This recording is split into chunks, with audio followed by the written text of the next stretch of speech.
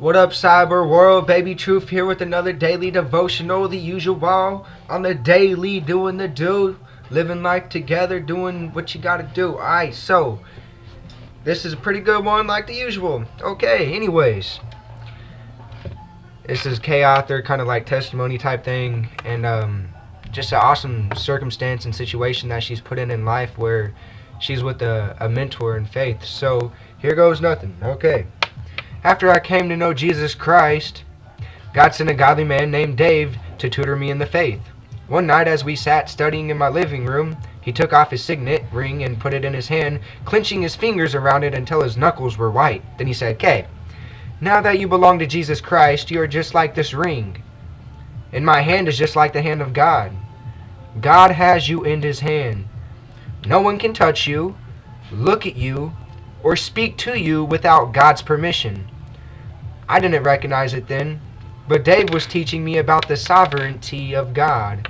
Later, as I came to understand that God is sovereign, in control of all, so that nothing can happen without his knowledge or permission, I understood more fully what Dave had been saying. I also came to understand that the God who held me in his sovereign hand is a God of love. I reveled in the wonderful truth of 1 John 4:16. We have come to know and have believed the love which God has for us. God is love, and the one who abides in love abides in God, and God abides in him. God is in control. He rules over all. He loves me. He desires my highest good. Oh, dear child of God, do you see that no matter what happens in your life, in your family, or in your nation, you can rejoice in the God of your salvation? Everything that comes into your life is filtered through his fingers of love.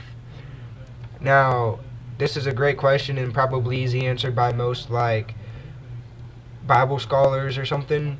But Kay said God rules over all and he's sovereign over all. But if no one can touch me or look at me or speak to me without God's permission now that I'm a child of God, is it because I'm a child of God? What about before? What about when I wasn't a child of God? When I was disobedient and insolent and arrogant? Good question to maybe ask somebody or something, if anybody wants to reply or comment on that topic, because it's probably it probably seems controversial to somebody. The sovereignty of God is amazing, but anyway, it's so cool that we can submit to the one who was before us, who was before the time. Loving Heavenly Father, I thank you and praise you that everything that touches my life has been filtered through your fingers of love.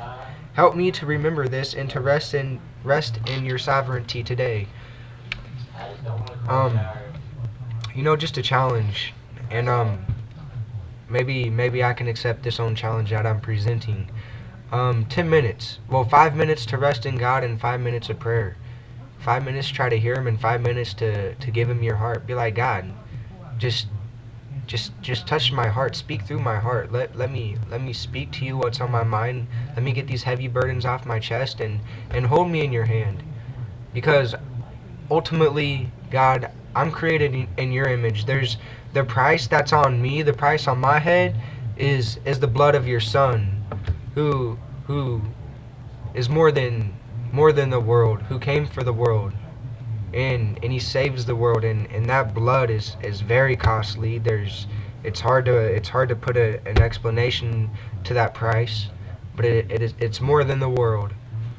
And so, anyways, just tell him what's up. Let him know how you feel. Love y'all.